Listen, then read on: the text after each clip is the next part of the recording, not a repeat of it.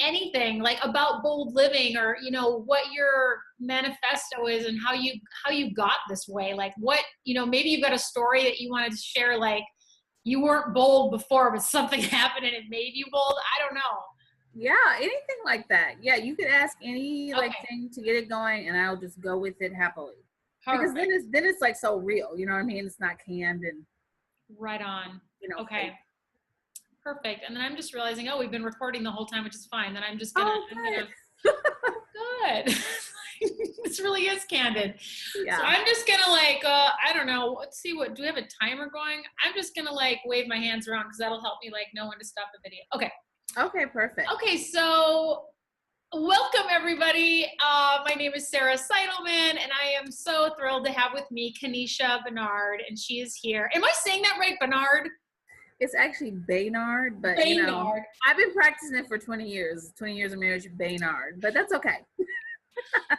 Kanesha, I got to know because she's also a Martha Beck trained coach, and we've met each other at different events, and she's just a phenomenal woman who's raising a family, being a life coach, and really teaching people how to live their life in a bold way, like unapologetically. And I really admire that about her. And she's launched One Kid to College? One Kid to College, One Kid to College. So I just want, you know, I guess what I'm wondering is like, Kanesha, were you always bold your whole life, or did you go through a period of non-boldness where you were like hiding under a couch somewhere, or, you know, where you lost your mojo and just somehow got it back? Or can you tell us, what have you learned about boldness?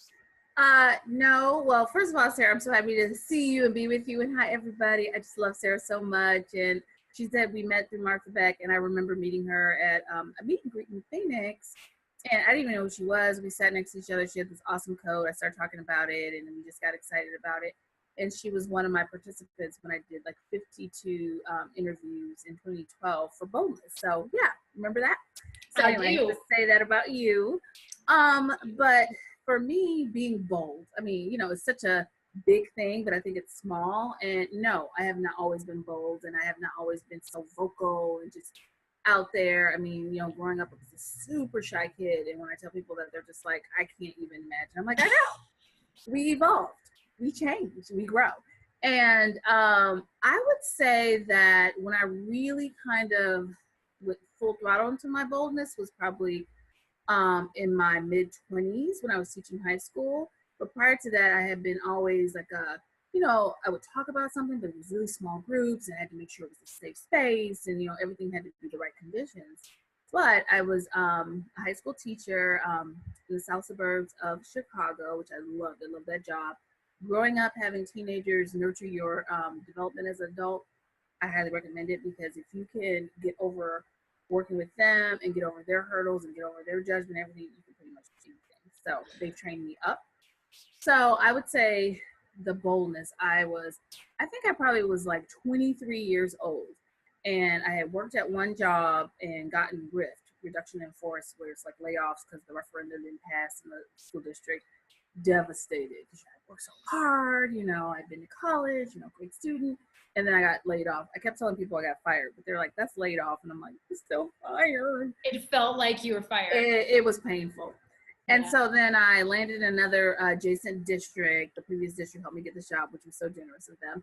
And so then I'm working, and they had hired like 20-something new teachers, and new to that district or brand new to teaching. And so I had one year under my belt, so, you know, I wasn't so new, so that felt good. And it was like a really eclectic group of young people that they hired. Like, we were from all over the place. And even though I'm from the Midwest, I wasn't from Chicago. I'm from Wisconsin originally, went to college in Iowa, so I feel like I've done my Midwestern tour. And so anyway, you know, we're at this meeting and all this stuff, and then we used to have our FAQs, their Friday afternoon clubs, or FACs, that's when I taught college, together. The FACs, Friday afternoon clubs. And so a bunch of us went, and, you know, there were drinks, appropriate drinks, like people weren't getting sloppy because, you know, it's work function. It's school. It's still school, and, you know, we're young, we don't have tenure, we have to keep it together. And so, you know, I'm talking to these different people, and there was this one gentleman who was new with us, and I don't know if he was a brand new teacher, but he was still young. And he was from another country, and I'm not going to say where exactly because I probably have friends listening to this and know that was so-and-so. So that's not what we're trying to do. No. But he was from another country coming to the United States, and he just was not understanding our district, which is primarily Black and Latino. Okay. And he just was like, he had these questions, but everybody's like, no, this is that, you know, trying to explain. Okay, fast forward a couple weeks from that. I'm talking to some other friends who teach in the English department. I'm in the world language department. I taught Spanish. And so they were like, oh my God, so-and-so was talking about you. And I'm like, okay. And, you know, I only know this person from the happy hour. And they're like, oh, he said that he never thought Black women were attractive until he met you. You must have made an impression. And I'm telling you, it was like that record sound where it scratches. It was like in my head. And I was like, that is so inappropriate. And not inappropriate because, you know, people can say people are attractive, admire people, but he had so many conditions on it. And we were working in a predominantly Black and Latino school district and building. And I thought, is this how he thinks about our kids here? Is this how he views them? Like less than attractive, less than, it might have seemed perfect. You know, I love teenagers. They are my people. Like less than being, you know, being nurtured, or less than coming together and you want to support them in all things. And I was like, oh no. And I think like my dormant bolt fire, it just came on like crazy. And I was like, I gotta do something about this. But I don't know. It's not even the first semester done. Like, I don't even know. I don't know all the politics of the building. I don't even know this person. I don't really know who I should talk to. It's not really a HR thing. You know, we don't really have the culture police at the school and all that. So I was like, I told the one person who told me, I said, stop telling people that. Like, just shut that down. I don't want to talk about it anymore. It's not a compliment. It's not a thing. I don't like it. Mm-hmm. And she was just like, gotcha. And all that. And, you know, she understood. And she was also a Black woman. And I think she was just so shocked that was my reaction. Like most people would be like, whatever. And I'm like, no, he shouldn't be here. So I did go talk to the administrator. I was like, what if something like this happened? They're like, what happened? I'm a terrible what if person. They're just like, it happened. We can read it on your face. You're a terrible liar. Okay, fine. And so, you know, I found a safe person to talk to. And I said, well, maybe we need more inclusionary training. You know, I hear diversity all the time. Kind of over the term diversity. That's my thing. That's me in the 40s. But, you know, inclusionary thing, you know, maybe it's cultural. He hasn't spent a lot of time with people from the African diaspora. I don't know. He's from another country. Give him a chance, right. Right. And so we did all that. And the person who was the most resistant to all the training, because we all had to do it, him. Yeah. And then some other things came on, other things he was saying to the kids in the class, and it came out. And then the administrator came back and was like, yeah, you're right. It's a thing. It's a problem. It's real. So it's not okay. So I felt like in that moment, even though it was about me, it really wasn't. And it was like my opportunity, but I didn't see like, oh, this is my opportunity. I just was like, I don't like kids not being taken care of. Right. I remember being that student where I was, you know, going to school in the suburbs of Milwaukee, great school, super education in advanced class, and always having these teachers inappropriately challenge me or inappropriately ask me, is that your work? It's so good. Did you do this? Or who helped you with this? Like I couldn't possibly be brilliant. No, I couldn't have done it. I could have been brilliant. I had to take it to somebody and all that. And I think that triggered that in me. And I kind of felt like I don't want that to happen to anybody. Like, you know, first of all, like female students in any type of challenging class like math and science, even though we said we weren't going to talk about math today. But but, you know, I am never okay with something I see like that with anybody's potential shine, awesomeness, brilliantness, boldness being diminished. Like I just can't, I don't know, I can't let it go. Like it's a thing inside of me. So I would honestly say like that's when I recognize my strength in my voice in the storytelling and, you know, not trying to get people, but trying to see a situation, see where it's not appropriate, where it's not inclusive, and see if we can do anything about it. And if not, if that person is not willing or they're not capable, then just give it up and come off at the knee, so to speak. Yeah. And fortunately in your case, like people didn't go, oh, discredit you off the bat. Like they went to, you know, and then more things happened and they went, yeah, it's a problem, you know, because I think a lot of times, when we it's not really whistleblowing, but kind of whistleblowing, like, hey, I think we might have a little problem here. Sometimes you get shut down. I remember in med school, reporting something that seemed really inappropriate. And I was basically told by everybody's like, oh yeah, we'll let them know. And then finally that upper hand, like the MD who was in charge of that whole section went, you know what? And here's her racist metaphor. We don't need more chiefs. We need more Indians. That was her kind of saying to me, like, shut your mouth, Yeah. and I was like, and she had the power to either give you a good review so you could get a residency that you wanted, or the power to go, yeah. And I think just boldness, like having an opinion and sharing that, I think can be something that we all hesitate to do because, and I shouldn't say that. I mean, speaking for myself, sometimes I hesitate to share my opinions because I've got this desire to be harmonious with other people, right? I mean, I think that's part of our thing as human beings. We want to be able to relate to people and understand and see all angles. But then there are some times when we're just like, this doesn't feel good to me. This is just wrong on some level from my point of view. And I think it's important that we share that, but it takes courage. Yeah, I think so. But you said the important part, like you love people and enjoying people and learning about people. I feel exactly the same way. I'm just like fascinated with different people similar to me, people different from me. Like that's great. Like I get really, really excited about that.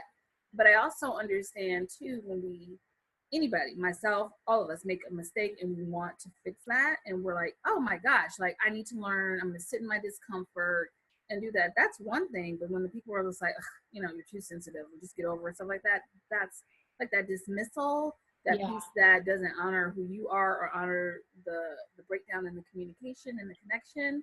Yeah, that's the part where it's alarming. It can become alarming because those things matter. Those interactions matter, big or small.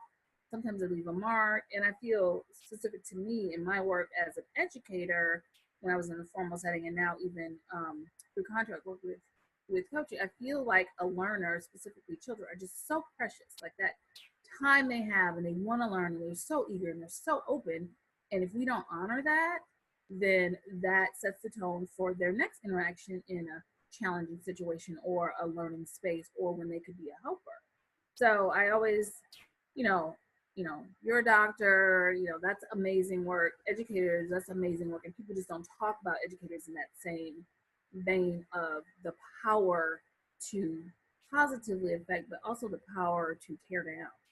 Yeah. And that's a huge piece for me. One, so passionate about people being bold and bold on your own terms. It doesn't have to look like my boldness at all because we all have it. Right. Can you say more about that? Because like I definitely see that on the world. Like, I mean, I see people who are like, like, hey, you should, who are coaches, let's just say, who are like, you need to, make something happen and like tell everybody they're wrong. And, really, and then when I read that, I kind of go, ooh, and that triggers me because I'm like, I really want to be harmonious. But I mean, there are things, like I said. So what would you suggest to somebody who knows they want to develop their boldness muscle, but they're feeling shy or like this hasn't been their style and they're trying to discover the style in which they want to become bold?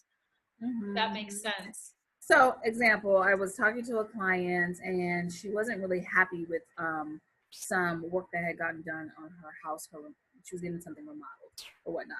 And so, we were talking about like, how are you taking care of yourself? How are you giving your time? And she's like, oh, I've just been so focused on this remodel and things are not going as well as I want. And, I don't want to be confrontational with the contractor or whomever and all of that, but it's stressing me out. Like I'm having dreams about it at night and I'm waking up thinking about it. And I said, well, could you talk to them? Oh, no, I'm just so intimidated and all that. And I said, well, talking doesn't have to always be face to face. I said, what would you say? Like, I'm the person. What would you say to them? She went through really powerful language and, I was writing it down. I'm like, okay, so we have the rough draft of your script. And she's like, what? And I was like, this is your rough draft of your script. You don't want to talk to him face to face, but we have this written down. So you call him. You call him. It's still ear to ear. He will hear your tone. He will hear your story. He will hear your passion. He will hear your frustration, but you have it written down here. Just read it to him. He doesn't know you're reading. Channel the boldness that way. And this is just like you said, exercising your boldness muscle, like building it up.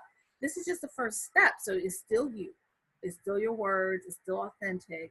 you're saying exactly what you want, but we're going to put this script together, you and I, you know, I'm that person, and then you're going to do it. And she was Love just it. like, she goes, that's like cheating. I'm like, it's not. It's not. Just because you're a grown up and just because we're supposed to know how to do all things adult doesn't mean that we can't have like a little visual aid, a little cheat sheet. It's yours. It's your voice.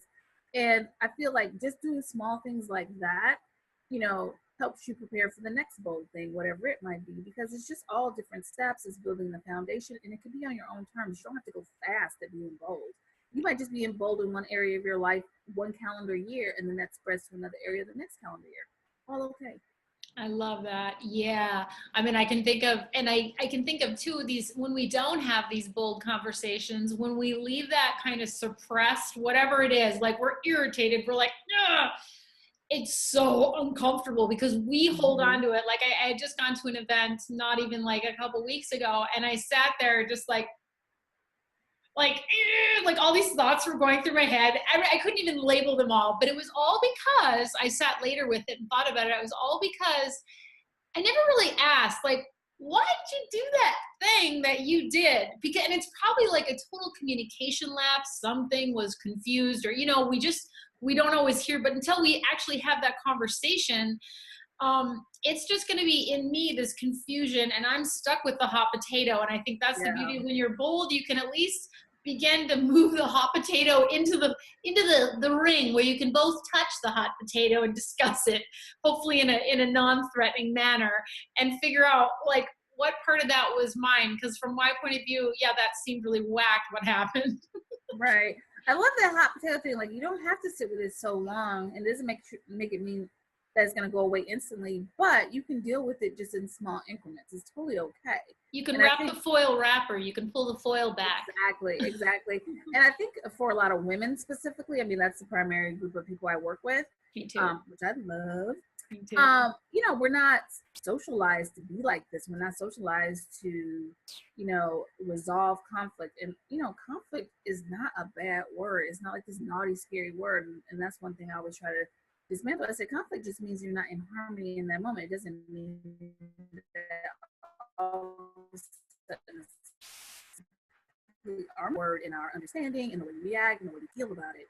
Because a lot of times, like you said, you're going to sit with that conflict in you when you could have just easily passed that hot potato over just, you know, just a little inch and, you know, see where it went. So I feel like for a lot of us as women, and, you know, me included, we have to give ourselves permission to kind of enter into the conflict zone wherever it be, and not expect it to always go so perfectly or exactly as we have played out in the shower, while we're driving in the car, before we went to bed, you know, whatever the case may be. Yeah. And I love your idea too of like scripting it with somebody, or sometimes like this is what I do with teacher emails when I have something like my kid comes home, tells me some story that I'm like, that's not okay, you know, and then I had to address it. So then I wrote the email, but I need somebody, I read it to my husband, and he was like, that sounds okay. Like you're saying it in a good way, but you're also being assertive. One time so that helps me too, sometimes bouncing off another person. One time I wrote an email and my agent was like, I sent it to my literary agent because I was like, I don't know. And she goes, it was so funny. She is so bold. It's so awesome. I had been like, my language is somewhere around like, hey, I was just kind of wondering if maybe you could she's like, I want you to remove maybe, kinda, and it's just like, this is what I want. And I was like, oh. And then I was like, yeah, man, that is exactly what I want to say. And so I think sometimes we just need you know, it can help to talk to another bold lady. Yes, I always tell people you have to assemble your own bold entourage. You know, like, oh, say more about that. I know, like, that is exactly what I said. You need a bold entourage. Like, I'm not saying, oh, get your friends. You need a bold entourage. Like, you get to craft it. It might just be this work bold entourage. It might be your motherhood bold entourage, but you get to have as many as you want. And you need the right women on there. And, you know, you can have men too, but, you know, for me, it's women. And your example about school emails, I can't even tell you, especially with the 18-year-old launch, and then I have a 10-year-old, I'm always writing emails to the school for different things I want to be right for my kids and all the other kids. And, you know, I have to have my husband read it because he always be like, okay, it's very specific, honey. but you're using really strong words, and not strong like I shouldn't be strong, but like sometimes it'd be like, lackluster, underwhelmed. Like I could pick a better word, but I just write it out how I think of it. So he checks those words, and then I have my best friend from growing up from Milwaukee. I have her read it, and she checks it for like, am I actually calling them out in the right way? Meaning, like, I'm not being too kind about it, but I'm being specific, but I'm not trying to, tear down any character, because, I get mad sometimes. Right. I have to No pull it need in. to, right? Yeah, and so she's good for that. And then I have one other friend who just reads it for like, oh my gosh, you're going to change the world. And that's my bold entourage for different things like that. And that's awesome. I feel like you tell your people, okay, I'm calling on my bold entourage. Trying to do this, or I need support with this, whatever. You tell them they're in the bold entourage, so they understand the importance of their role in the relationship. So you like tell people, let them know, like, you are someone who I admire. You're someone who's supporting me in this. You're the one who makes me feel like I can do anything. You're the one who, talks me off the ledge. Whatever. Let them know that they're in the bold entourage, because they're like, oh, you know what? I need one too. And it just keeps it going. And, we're better together. Absolutely. When it comes down to it. I love that. That is beautiful. Kanesha, you are so awesome. And I've learned so much. I'm like feeling bolder already. It's like, I think so many, and I think you hit the nail on the head when you say like women, that's the culture, that we're there to be like people please, little girls, be quiet and adorable and whatever, but we grow up and we like become warriors. We have to, for our kids, for our communities, for our families, for our men, for our women friends, like all that. So anyway.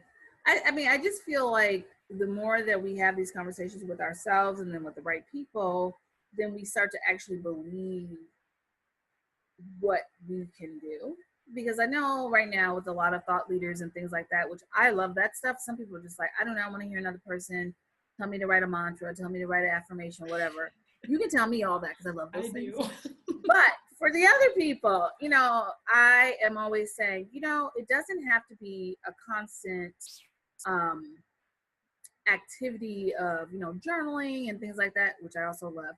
But it doesn't have to be like that, but you have to have these conversations with yourself. You have to have a protocol around it so that you don't go into this spiral. So, having the bold entourage helps with that. I think having your word for the calendar year helps with that, kind of like a touchstone. What's yours this year? I'm just curious. Calm. Ooh, I love that. Because 2017 was brutal, and I was a little wound up like every day. You can't be wound up every day. So love it. Mine's impeccability, which is impeccability with myself, not with other people. I'm really good at that. It's just here. I get that. We're so hard on ourselves. Yeah. So I think that, that whole piece goes with it too. It's just, us finding our own systems that keep us bold, and our, people talk about a comfort zone, but I'm always like, here's your bold zone. And then when it starts to kind of like be a beacon outward, it gives you the right amount of comfort, of desire, of pleasure to go to the next thing, and then to ask for the right help, and then to take a break, and then to try again, and all those different pieces. Love it. Yeah, the hero's journey, which is not a passive process, but it's an awesome process, right? True, very true.